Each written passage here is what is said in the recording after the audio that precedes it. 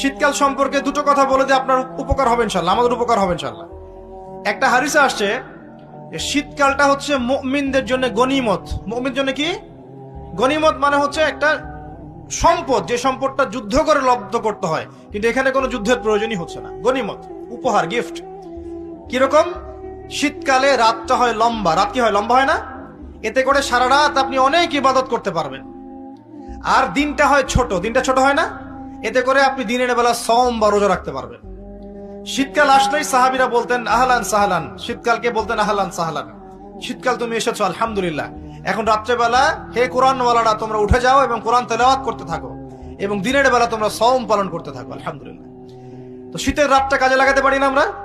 রাতের একটা অংশ ঘুমিয়ে যাবেন, শেষ অংশে উঠে তাহাজ্জুদ পড়বেন এবং কোরআন তেলাওয়াত করবেন এবং আল্লাহর কাছে হাত তুলে দোয়া করবেন। ইনশাআল্লাহ শেষ অংশে, রাতের শেষ অংশে আপনি যে দোয়াই করবেন, আপনার রিজিক যদি হালাল হয় ইনশাআল্লাহ কবুল হয়ে যাবে। শীতকালকে কাজে লাগান। আবার দিনটা হয় ছোট, তাই দিনের বেলা আপনি সওম বা রোজা রাখতে পারবেন। আল্লাহ পাক তৌফিক দান করুন।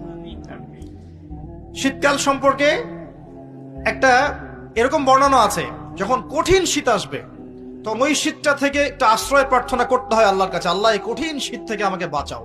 কারণ কি জানেন? কারণ হচ্ছে জাহান্নাম বছরে 2টা নিঃশ্বাস ছাড়ে। কয়টা নিঃশ্বাস? একটা নিঃশ্বাস গ্রীষ্মকালে যখন প্রচন্ড দাবদাহ চলে, ওইটা হচ্ছে জাহান্নামের নিঃশ্বাসের ফসল। ওই প্রভাবে পৃথিবীতে এরকম দাবদাহ চলে। এই সায়েন্স বিশ্বাস করবে? করবে না। ওর বিশ্বাসের আমার যায় আসে না। আল্লাহ পাক বলেছেন সত্য, রাসূল বলেছেন সত্য। আরেকটা হচ্ছে শীতকালে যখন প্রচন্ড ঠান্ডা, তখন শীতকালে জাহান্নামের এমন একটা জায়গা আছে যেটা কিন্তু শীতল জায়গা।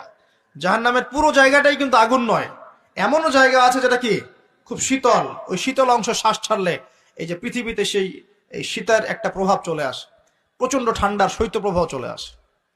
এটা হয়তো অনেকে বিশ্বাস করবে না, মনে করবে যে ধর্মান্ধ কথাবার্তা। হাদিসে আছে নবী সাল্লাল্লাহু আলাইহি ওয়াসাল্লাম বলেছেন, কে সত্যবাদী? এই পুরো সভ্যতা না রাসূল সাল্লাল্লাহু আলাইহি ওয়াসাল্লাম? এই বিশ্বের সমস্ত মানুষ সত্যবাদী বেশি না আল্লাহর রাসূল বেশি সত্যবাদী? বাস, আর কোনো দরকার আছে কথার? শীতকালটা কাজে লাগাই। এই শীতকালে আমি একটা আমল বলে দিই প্রিয় ভাইরা।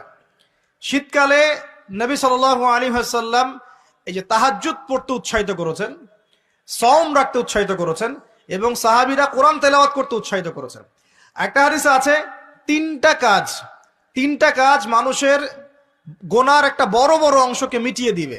1 নম্বর কাজ হচ্ছে সংকটকালীন অবস্থায় দান। মানে আপনার দান করার এখন সামর্থ্য খুব কম, টাকা পয়সার টানা হেঁচড়া আছে, এখন আপনি দান করছেন, এই দানের বিনিময়ে আল্লাহ পাক গুনাহ আপনার মাফ করে দিবেন ইনশাআল্লাহ।